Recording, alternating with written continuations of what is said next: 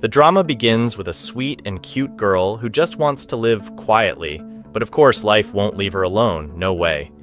She gets hit with troubles and her classmates bully her.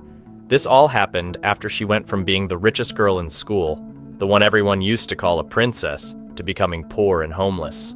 Her whole family died, and now she lives alone in a small van with no friends, no relatives, and not a single person to give her even a raisin. Her old best friend Yumi, who used to be closest to her, now mocks her by throwing money in her face and saying, "Go buy yourself something, you look too poor." Deep down, our heroine wishes she could grab Yumi by the hair and slap her hard, but she controls herself because she knows she is alone, while Yumi has many friends. If she gets hit by one of them, she won't be able to get back up. So she just smiles bitterly and says, "Thanks a lot, I really needed that 50 piasters. I'll buy something with it." Everyone laughs at her, and to make things worse, on her way out, another girl pushes her to the ground, and the whole class bursts into laughter. She ends up lying there like a classroom carpet, stepped on by everyone going in and out. She feels upset because she knows no one will help her, but suddenly 4 cool guys appear, stronger than anyone else around. They step in and start fighting Yumi, warning her not to mess with our heroine again, or she'll regret it. At the same time, our heroine climbs up to the rooftop, talking to her plants, her only friends in the world. She says, "I just wish I had one real friend. You're my friends, plants, but I mean a human friend. Oh, and imagine if he was also a fan of my favorite band, then we'd be the best 2 supporters of the best group ever." She starts daydreaming about beating up Yumi and her gang, practicing all kinds of attacks, feeling safe because no one is watching her silliness. But suddenly the 4 guys show up again and catch her in the act. They ask, "What are you doing, Granny?" She panics and snaps back, "Who are you and what are you doing here? I was here first. What do you want from me? Everyone should mind their own business. And if anyone dares to come closer, I'll end him right here. I know karate and I have a yellow belt." One of the guys, named Jackson, says to her, "Sister, if only you had done those moves downstairs on Yumi and her friends instead of letting them bully you." She snaps back, "Mind your own business, leave me alone, or better yet, I'll leave myself," and she runs off quickly. Jackson then asks our hero, whose name is Jay, how he's going to handle her and suggests that they should tell her the truth. She needs to know who they are and why they're here so they can all be at ease. Jay refuses and says, "You know, we can't. We have to keep hiding it from her." Meanwhile, our heroine is puzzled about these guys and why they always protect her, but she doesn't think too much about it. Suddenly, she hears a noise and finds all her classmates crowded around a strange van. She goes to see what's happening and discovers that the band GOT has come to the school. We learn that this band is made up of 3 boys, the leader, Junior, who is the most famous, the second, Bam, a cute and gentle guy, and the third, Yuji. These boys are the current trend in Korea. All the girls love them and go crazy for them, including our heroine, of course, who has a crush on Junior and dreams of meeting him one day, becoming his friend, and taking a step forward to make her dream come true. She goes down to greet him like the other students, but suddenly Jay and his gang appear in front of her. She gets flustered, accidentally bumps into Junior, and ends up pulling him forward right in front of the entire school, embarrassing herself and dragging everyone into the awkward scene. Everyone starts filming what happened, posting the video everywhere and mocking her all over again. She's bullied from every direction, and when she goes back home, she wishes she could hit herself with a shoe and never have gone to greet him. How am I supposed to go to school after this disaster? She wonders. If his fans see me, they'll turn me into boiled potatoes. Our heroine gets angry because everything that happened was actually caused by our hero. If he and his friends hadn't appeared in front of her, she wouldn't have panicked and done that. But there's nothing she can do about it. She goes to sleep wishing for a miracle that will make everyone forget what happened. The next day when she wakes up, she finds our hero and his friends sleeping right next to her. She's shocked and says, "What are you doing here? I'll report you and get you locked up forever." Jackson tells her, "Calm down. Why are you always talking nonstop? Do we look like criminals to you?" She replies, "Honestly, you guys look good. You don't seem like that." He says, "All right then, just relax and let's talk." She refuses and says, "No talking, let's fight." Then Jay hands her phone back to her and says, "Look at the time." She's surprised and realizes she's late for school, so she tells them, "I'll deal with you later," and runs quickly to catch the assembly. But as soon as she arrives, Junior's fans are everywhere, and they start bullying her and chasing her to beat her up. She runs away from them and nearly gets into an accident, but Jay manages to save her at the last moment. He and his friends protect her, walking with her to make sure no one dares to mess with her. Anyone who tries to bully her gets beaten up, especially Yumi and her gang. Jay warns them not to go near her again. Instead of thanking them, our heroine gets angry and yells, "Who told you to interfere in my life? Everyone should mind their own business. I have a tongue, I can defend myself. Next time I see anyone in my way at school, I'll turn his face into a map. Now get lost." She storms off to class. At that moment, Yumi is shocked, wondering since when our heroine even had friends, because she had already taken everyone away from her and made the whole school bully her. Then we go into a flashback that explains everything. We find out that Yumi and our heroine used to be best friends since childhood, growing up together. But our heroine was always the rich, beautiful one who came first in everything, and rejected all the boys, while Yumi was always in the shadow, unnoticed. Even the boys she liked tricked her, and only got close to her just to reach our heroine. Since then, she changed and started plotting revenge, wanting it sooner rather than later. She took advantage of the chance after her family died to bully our heroine, and let out all the hatred inside her. She tried to find out who those guys were and make them her friends so they would bully our heroine with her. She sent girls to flirt with them so they'd fight with them and put on a show, but our heroine and her friends did their duty against Yumi's crew. Each of them used their superpowers to get rid of the girls without hurting them. At the same time, when our heroine gets home, she finds him messed up and in bad shape. She's surprised and just about to clean up when suddenly our hero is standing in front of her. She yells at him, "What are you doing here? I told you 100 times to get out of here." He tells her, "Just come out, let's talk outside." She goes out and finds that he brought the bullies to apologize to her.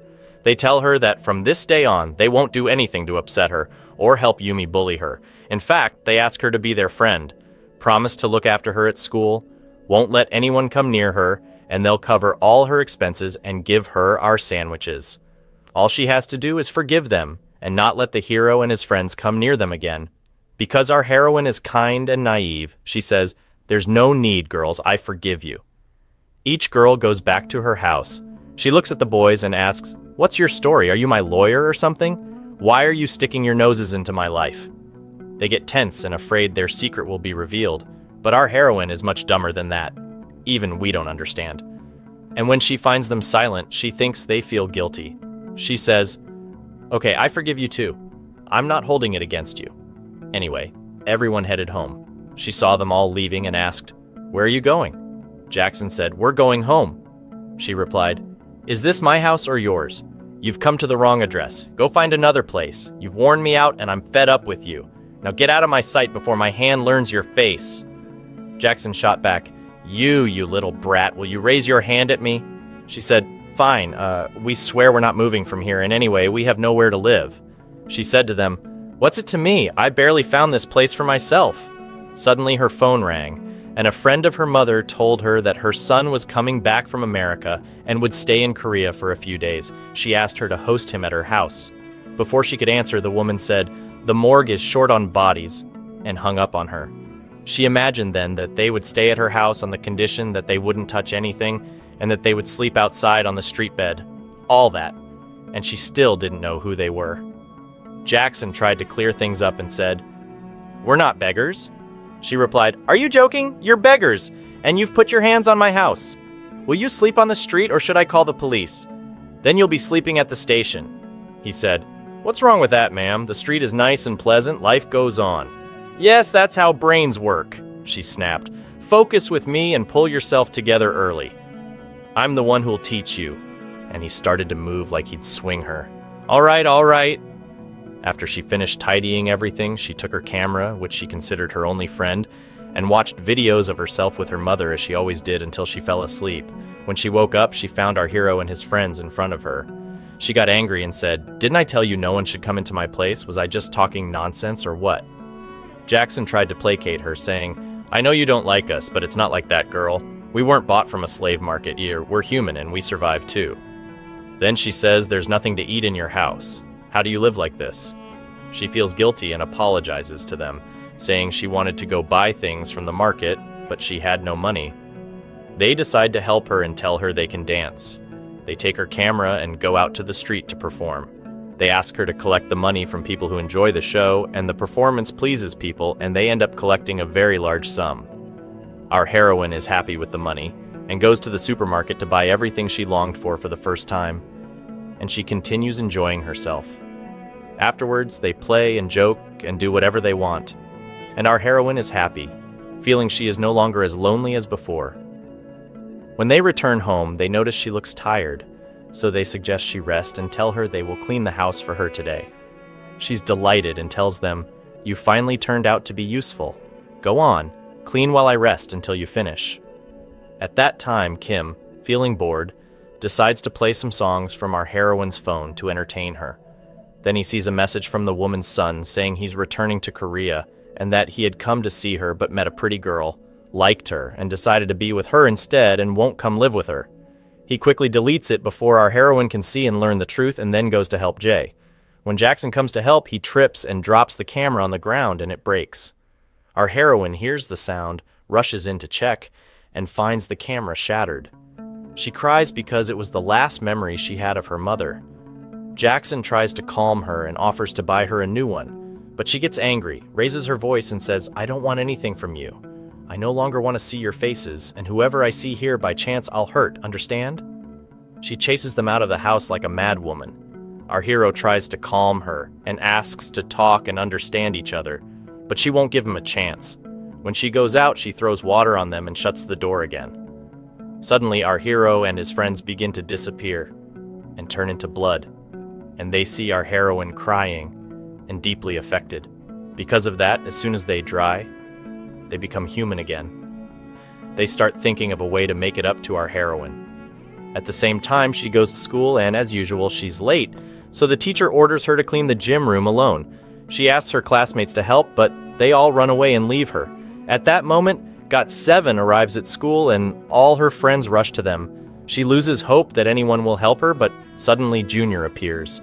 The moment he sees her, he remembers what happened before and gets scared she might push him again, but she just stands there feeling embarrassed. She apologizes to him for last time, saying she didn't mean to do it. Since he's kind-hearted, he accepts her apology and asks what she's doing there. She explains the teacher asked her to clean the room alone. He offers to help and carries the heavy things with her, but once he hears the fans everywhere, he quickly runs off and leaves her. Because of that, the ladder falls on her leg. Her friends stand in front of her, asking her to let them help this time, and since she's in a tough situation, she agrees. JB carries her on his back and apologizes for what happened with the ball, telling her they took it today to be repaired and he won't rest until it's fixed and made better than before. She feels happy and agrees to let them stay with her on the condition that they take care of her and help her. Each one brings her a gift as an apology, and they keep looking after her and giving her everything she wants. She takes advantage of the situation and makes them obey her, treating them like servants. But as time passes, she starts to feel sorry for them, and she forgives them again. They all become friends once more, and she asks each of them to write a wish on her cast, or something nice. When it's JB's turn, she asks him to write, but he refuses, saying he has no wish except to stay by her side. Then he suggests they cook together, and she agrees, spending more time with him and getting closer. At the same time, Jackson goes to buy something to eat and sees Yumi working there with an old lady. He asks her what she's doing there, and she says she's working and that this is her mother, but warns him not to tell anyone at school or they'll bully her. She threatens that if they find out, she'll make him pay. He tells her not to worry, that he isn't a tattletale or a bully like her, and he won't say anything to anyone, then walks away. Our heroine gets up to go to sleep, but suddenly she loses her balance and falls on JB, pretending it was by accident. The real problem comes when their friends arrive at that exact moment and see them together. Jackson jokes, saying, "Should we get 2 lemons or something?" Our heroine feels embarrassed and upset, warning them that if anyone dares bring this up again, they'll regret it, and she won't sit with them anymore. She says, "We're friends, yes, but if someone doesn't understand my words, I won't deal with him. My slipper will deal with you instead." Then she leaves and goes to sleep from the embarrassment. The next day at school, she discovers there will be a dance competition, just like last year. The group that wins will form a team, like Got 7, becoming famous among everyone, not to mention the prizes and money. She goes to her friend and asks her to join her again like last year, but Sunny refuses, saying she will dance with Yumi this year. She arrogantly adds, "Look at your legs, do you think I'm ready to lose again? You ruined my chance last year with your weak mind, and this time, I don't want to be with you." Yumi hears this and mocks her, calling her a loser, saying no one will want to dance with her, she doesn't even know how, and her leg is broken too. But our hero and his friends come to defend her. They challenge Yumi, saying they will join the competition with our heroine, they will win, and they will crush her too. They say, "This time, we'll show you and Sunny in front of everyone." Yumi laughs at them and says, "We'll see," then leaves. Our heroine gets upset and asks them, "What's wrong with you? Why are you interfering? And why did you say I'm joining? I'm not joining any competition at all. Now go away." And she goes to sit alone in the garden. Our hero follows her and talks to her. He apologizes for making the decision without her, saying in the end, they just wanted what's best for her. He assures her that if she agrees to participate with them, they'll train her well, and she'll pass the competition just like she always wished. She's touched by his words and remembers how everything that happened changed her life and made Yumi hate her. We then learn that after her mother died, she left her a lot of money, cars, palaces, and houses. But her deceitful aunt tricked her into signing a check without realizing it, and took her house, her money, and everything she had. After that, she had no place to live except for the van she owned. When the students at school found out, they started bullying her, humiliating her for being weak and poor. Not only that, but when she went for a checkup, she discovered she had a muscle disease and that, after some time, she might not be able to walk. She broke down, feeling like everything had ended, thinking that life had stopped there, until our hero and his friends appeared in her life and changed everything. That's why the moment she removes the cast from her leg, she decides to join the competition with them and fulfill all her dreams. At the same time, when Junior arrives at school, he finds a journalist waiting for him to do an interview with him and his friends. The journalist asks each of them what they do at school and who their favorite friends are, and each one starts talking about himself. Meanwhile, our heroine goes to train for the dance with our hero. The moment he sees her, he says, "What nonsense are you doing? That's not called dancing. First, we'll strengthen your muscles, then you can dance and do whatever you want." She replies, "Fine, I'll do whatever you say, but first, take me to eat." He takes her to get food, and just then, they see Junior with the journalist. The journalist asks him, "Where are your friends, or are you alone?" Junior gets nervous, and the moment he sees our heroine, he runs to her saying, "Here she is, my only friend." "This is my best friend. Isn't that right?" She quickly plays along, saying, "Of course, yes, we're childhood friends. We grew up watching Spacetoon together since kindergarten." He takes her to train for the dance, but our hero gets annoyed and says, "Who are you to train her? We're standing right here like bags of guava." This leads to a dance battle. Junior agrees, brings his group, and our hero brings his friends, and both sides show off their moves, each trying to outdance the other. The journalist is excited, filming everything and saying, "More, more!"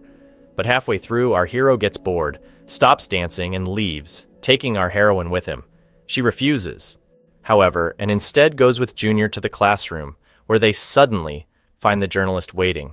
She pretends to feel sick and quickly drags him away to escape. And our hero watches them, feeling jealous, but there's nothing he can do. At that moment, our heroine takes Junior to the storage room, where they sit together until the journalist leaves. They get closer than before, and she's happy because the boy she's been dreaming about is finally beside her. She even tells him she's liked him for a long time, asks for his number, and everything seems perfect. But when they step out to check if the journalist has gone, they suddenly find our hero standing in front of them. They try to run away quickly, but suddenly our hero uses his magical power to freeze Junior in place, then takes our heroine away from him and escapes. Junior is shocked by what happened and begins to realize that G is not human. He gathers his friends and tells them everything, saying he's determined to find out who G really is and how he has these powers. His friends back him up, saying, "We're with you, leader. Of course we'll help. We'll break their bones if we have to. Just tell us what to do and we'll follow you." Meanwhile, our heroine notices she's late for school, so she grabs her bag and runs quickly. Her notebook falls, but she doesn't even care, rushing to make it to dance practice on time. When she arrives, G is already waiting, upset, telling her he's been there early and that she should be the first one present. He says, "Everyone else already knows how to dance, except you. You're the one who needs more practice than anyone." She gets frustrated and says, "Calm down a bit. What did I even do? I'm standing right here, training as much as I can, but dancing is hard. If it's that bad, then fine, I'll quit the competition. Nobody forced you to join anyway." His harsh tone upsets her, and she decides to leave. Jackson tries to calm her, telling her to just sit and rest, not to take G's words to heart, but she refuses and walks away. The training is ruined, and the others also leave, looking for something else to do. On their way, they run into the members of GOT who take advantage of the chance and challenge them to a dance battle, mainly to test if they really have supernatural abilities. Like fools, they accept. At that time, Jackson sees Yumi standing with a strange woman who's scolding her harshly, telling her she hasn't been practicing enough and must train harder. Yumi insists she's going to practice right away and will win this year. Then she calls the woman Mom. Jackson is shocked, thinking, "What? Mom? Then who was that other woman I saw before? Something's definitely wrong here," but he doesn't dwell on it and instead heads off toward the dance competition. At that moment, Yuji tries to splash water on Kim, but luck isn't on his side, and the water ends up falling on the woman in front of him. She scolds Yuji harshly and shakes him, leaving him embarrassed. Meanwhile, our heroine goes to G, apologizes, and admits she was selfish and really does need to train properly. G forgives her and even gives her a gift, a ticket to a dance competition at the end of the month so she can watch before their own contest. She's thrilled, but suddenly, Junior shows up and asks what she's planning to do now.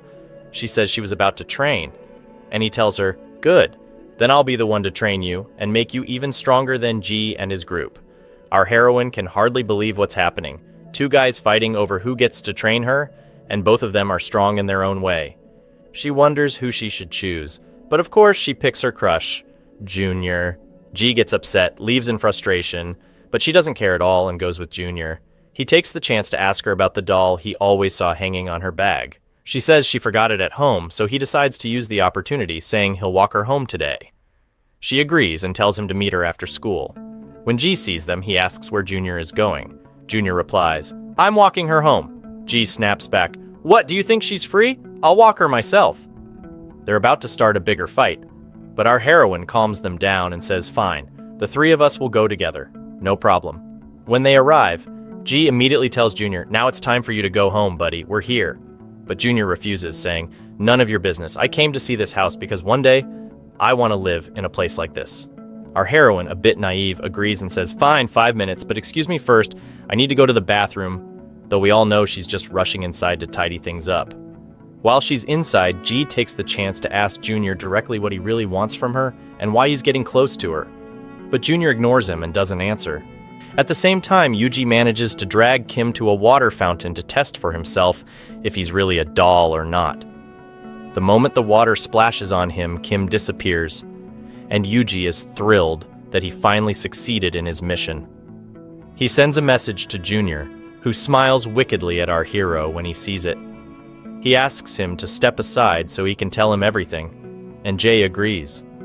When our heroine comes out, she finds that both of them have vanished. She doesn't understand anything.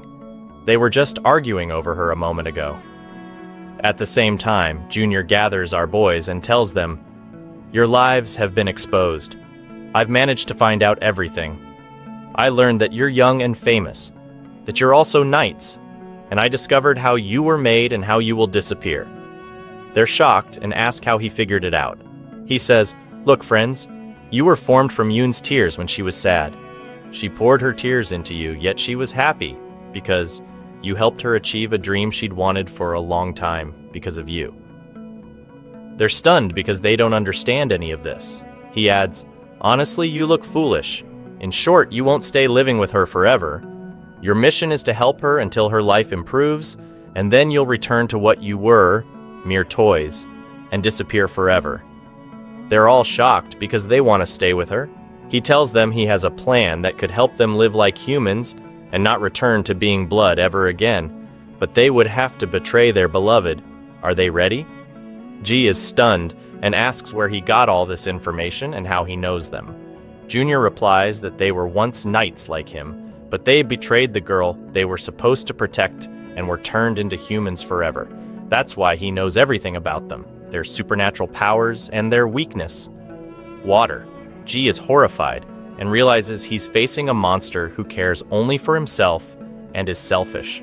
Afraid for our heroine, he confronts Junior and asks, "What's your purpose in saying this?" Junior answers, "There's no love story here. Know one thing, either you die or she dies. If you truly love her and want her happiness, disappear from her life before she disappears and lives forever with guilt, like what happened to me." G gets angry and walks away. At the same time, our heroine is getting ready for school. When she goes to wake them up, she doesn't find them. She thinks they've gone ahead of her, but they have already decided to watch from a distance and slowly disappear from her life. Each one of them starts looking for something to do and takes advantage of being human. Jackson goes to the place where Yumi works with her mother and helps out. She's surprised at first, wondering why he's doing this, but over time she gets used to it and feels happy that she now has someone she can rely on, who helps her and keeps her secrets. That's why she tells him she's thinking of giving him a chance. Maybe they can get closer and start a relationship and also become better friends. She even invites him to eat with her. At the same time, our heroine goes to train in wrestling and waits for our heroes to show up. But none of them show any reaction to her. This time she trains with all her effort alone. Our hero watches her from a distance, so he doesn't interfere and remembers the old days when her mother bought her some toys as a child and let her choose their names. She asked her which toy was her favorite. She said the toy named G is the best toy in the world. She loves it so much and wishes it were human so it could play with her forever. From that time on, our hero fell in love with her and decided to stay by her side and help her forever. Deep down now, he wishes he could go train with her, but he stays silent and endures it for her sake. He only leaves her juice and snacks for the competition. He goes to Junior and tells him that he has decided to give up his life so our heroine can live and he can return to being a doll again. Junior laughs and says, "So, you're going to do that? And your friends agree too?" They're about to say with full confidence, "Of course, these are my friends, they're my support and my back." But they tell him instead, "Get lost, you pudding head. We want to stay as humans. You can go die if you want." Junior sneers at him and mocks. "See? These friends you called your support, your back, and your safety? They turned out to be nothing but the betrayal of time." Our hero tries to reason with them calmly and takes them aside, saying, "If this is just a prank, then stop it, guys. Surely you're not going to let someone like him mock us, right? Fix this, it's not the time for jokes." They tell him they're not joking. Each one of them really has something they want to do and a life they want to live. They also wish to be human, and since they got the chance, of course they won't let it slip away easily. He gets upset and tells them they came here in the first place because of her, and that he's their leader, so they must listen to him. They all rebel and say that was in the past, but now they have no leader anymore. He tries to plead with them, telling them that our heroine will die if they go through with this. Kim provokes him and says, "So what if she dies? It's the fate of all humans anyway. One day everyone dies, so if she dies a little earlier, what's the difference?" Our hero gets furious at his words and tries to hit him. And when their friends try to intervene to stop the fight, G ends up hitting them too. The situation escalates, and Junior and his gang are watching, but don't step in, enjoying and mocking the scene instead. At the same time, our heroine is peacefully hanging the laundry when G suddenly comes in with the group, and they're all bruised and beaten. She asks them, "What happened? Did you get hit by a car, or what exactly happened?" They tell her it's none of her business and to just stay aside. She feels upset and goes inside to talk with her dolls, telling them that she's always been lonely her whole life. After her mother's death, she had no one until they came into her life and changed everything. She finally had people to rely on and friends to lean on. They treated her like their little sister, and she became happy because of them. She didn't want them to leave or abandon her one day. Our hero's friends hear her words and feel touched, so they gather and ask Jackson what they should do now. He says he doesn't know, but he feels he went too far with our hero and disrespected him even though he's the oldest among them, and basically their leader, and they let Junior fool them and play with their minds. While they're talking, they suddenly see our hero in front of them, falling to his knees, begging them to stand by his side and save the heroine. They're shocked because it's the first time they've seen him so weak, so they decide to stand with him, save her, and sacrifice their happiness for her sake. Junior passes by and sees them together, feeling jealous and angry, and tears fall from his eyes. Then we go back to a flashback where we learn that when Junior met the girl he was supposed to help and be her knight, he fell in love with her, but that girl loved another guy, and because Junior wanted her for himself, he hated that and wanted to get rid of her lover. Her father found out that his daughter was in a relationship with a poor boy, and of course it was the pig who told him. Her father sent a gang to kill her lover, and Junior thought that this way he would have a chance with her. But she couldn't live without her love, and she left the world, flying away, leaving everything behind. Junior couldn't save her, and he turned into a human forever. All of this happened because of his selfishness and greed. Back to the present, when he collapses after remembering his memories with his lover, he wishes he could turn back time to save her and be with her, ready to sacrifice himself for her. Now he sees a chance to repent, but a beast will always remain a beast. He wants our hero to feel the same pain he felt, to lose his beloved, so he makes a plan to use the heroine. At the same time, our hero goes to check on her and finds her practicing dancing alone, sweating and struggling. He feels proud and goes with his friends to cheer for her, but when they arrive, they find Junior already there. Junior confesses to the heroine that he loves her and asks her out on a date. Shocked, she tells him to give her some time to think. He says he won't take no for an answer, and asks if she's trying to act all pure. She replies, "You know what, you're right. Finally, Junior, the guy every girl dreams about, is interested in me and asking me to be his girlfriend." Of course I agree. Our hero is crushed to see her agree so quickly and feels pain inside. He goes to fight Junior, telling him to leave her alone. Junior responds, "It's none of your business. We're officially dating now, so if she ever has complaints, she can talk to me herself." He then takes the heroine with him and walks away, treating our hero like nothing. Junior takes her out to a famous restaurant to enjoy a meal, but everyone there recognizes him and starts taking pictures. He gets annoyed and tells the heroine, "Let's get out of here."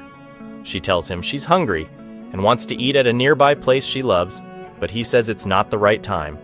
She gets upset and walks in silence, and when he notices, he tells her that he knows being in a relationship is difficult, that people around them will interfere in their lives, spread rumors, and they might even face bullying.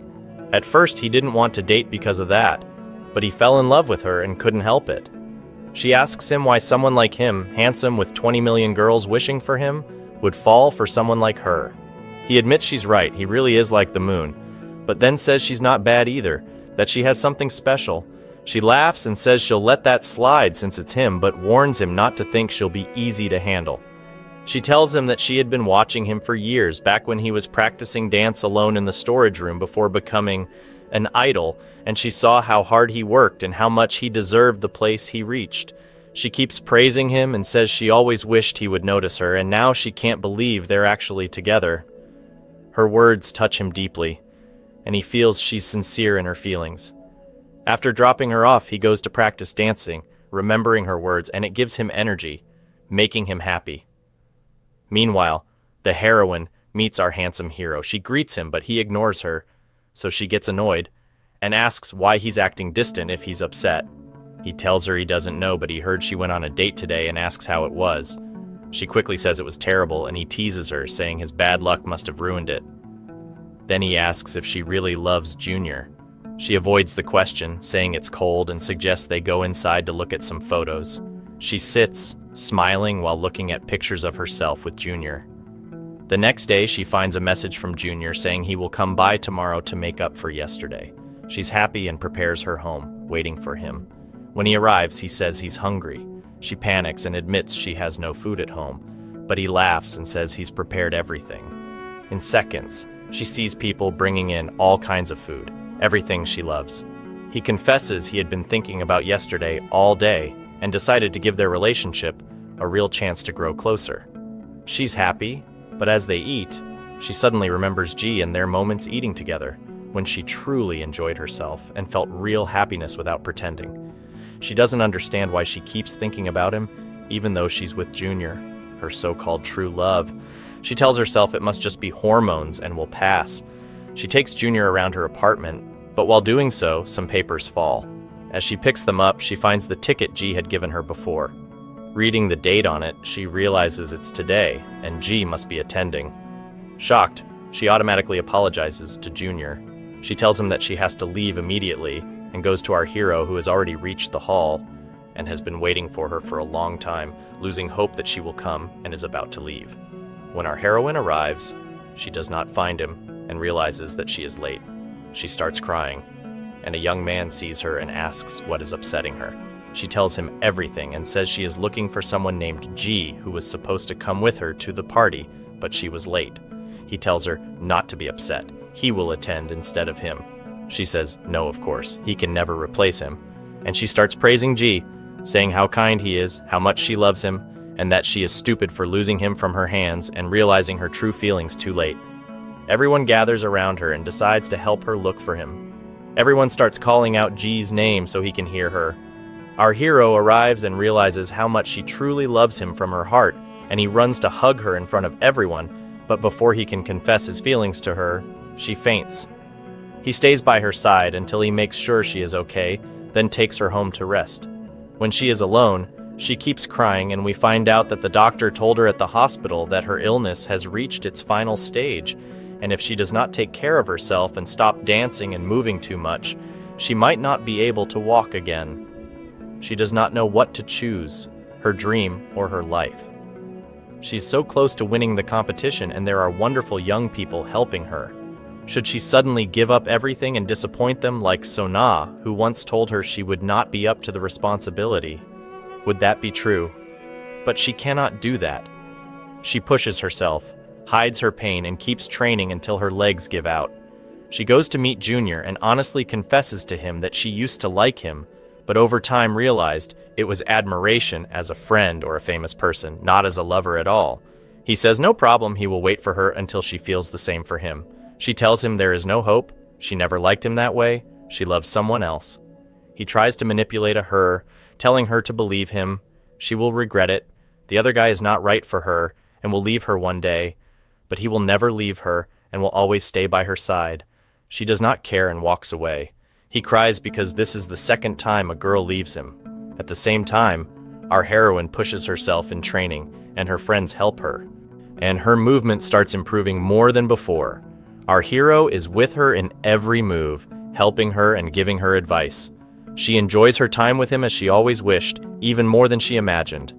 Our hero decides to surprise her by buying all her favorite food, and they spend the whole day together touring the city.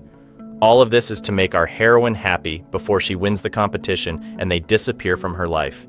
She completely relies on God, happy with her time with him at last. At the same time, Jackson meets Yumi and asks her about the thing that confused him, which is how she has two mothers. She tells him that her real mother is the one he saw her arguing with before, but she does not love her. That is why she often runs away from home. She goes to work with the woman who had the car, and with time she got to know her, loved her, and found that she treated her like a daughter. That is why she started calling her mom, and rumors spread that she was her daughter, and people believed it. He feels sorry for her, but she smiles and tells him there is no need. She is already used to it, and she is sure that tomorrow they will win, and she wishes him good luck.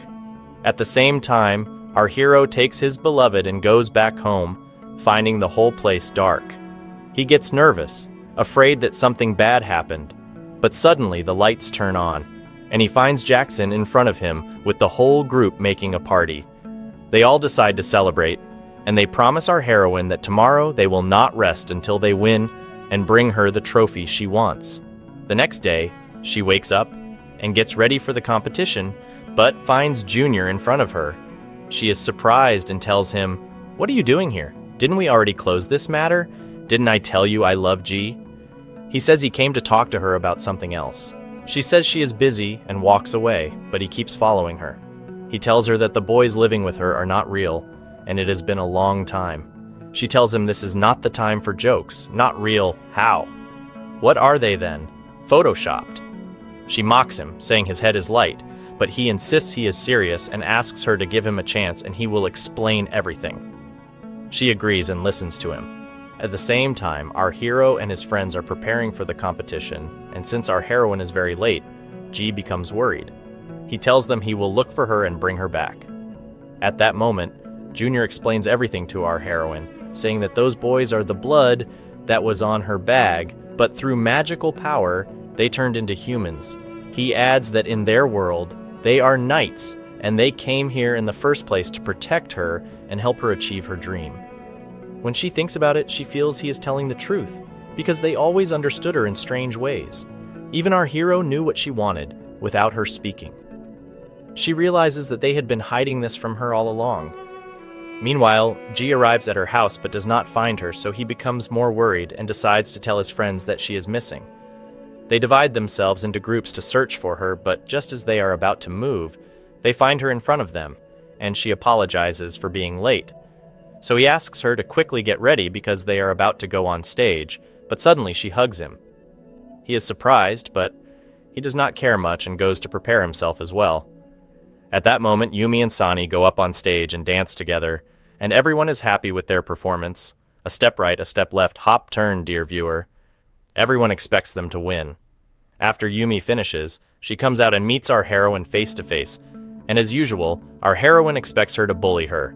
But she is shocked when Yumi congratulates her and encourages her for the first time, telling her that she wants to see a strong performance from her. Sani is surprised at Yumi's change and asks, since when did she have all this love? And Yumi tells her that she no longer hates our heroine, nor even cares, because even if she loses today, she will still be happy since she did what she loves and gave her best. She then takes her to watch our heroine and her friends perform. At that moment, our heroine goes up on stage with her group, and they start performing. Boom, boom, dear viewer, the atmosphere is on fire, and the whole crowd is cheering and enjoying it. Everyone is especially surprised when, in the middle of the performance, a twist happens, and another group joins in to dance with them. And we find out that our hero's friends were the ones who convinced Junior to dance with them this time so they could leave our heroine with a beautiful memory before they disappear. The performance ends, and when our heroine sees the reaction of the audience, she cries from happiness. For the first time in her life, she feels that she has done something good, something she truly loves, ever since her mother's death. After finishing the performance, she goes to thank our hero and his friends, but they apologize and tell her that they have something important to tell her. She replies that there is no need, because she already received the shock in the morning, felt sad, and learned that they are not humans but knights. At first, she was upset because they hid it from her, but with time she came to appreciate what they had done and realized that it was all for her own good, and she told them that she loves them and would never abandon them, because they are her true friends. She hugs them one by one, and suddenly they start disappearing gradually.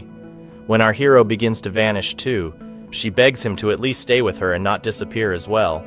He tells her that this is not in his hands, and if it were up to him, he would stay by her side forever, but this is his fate. He assures her that his disappearance does not mean he will never appear again. On the contrary, he will always be beside her, watching over her, and trying to help her as much as he can. He hugs her and then disappears, leaving her crying. Suddenly, Junior appears in front of her and gives her a letter and a camera, telling her that G asked him to hand these to her when he disappeared.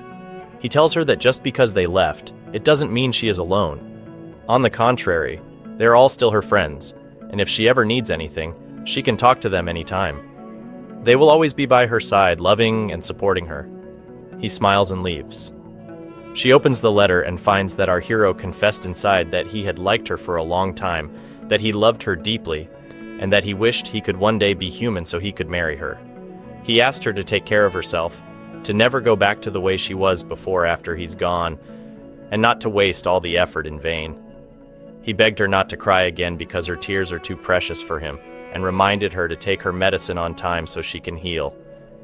She finally accepts reality, deciding to live happily forever, just as our hero had asked of her. And with that, the drama comes to an end. I hope you enjoyed this story, so don't forget to turn on the notification bell and be the first to comment. See you in the next video. The next one will be even better. Bye-bye.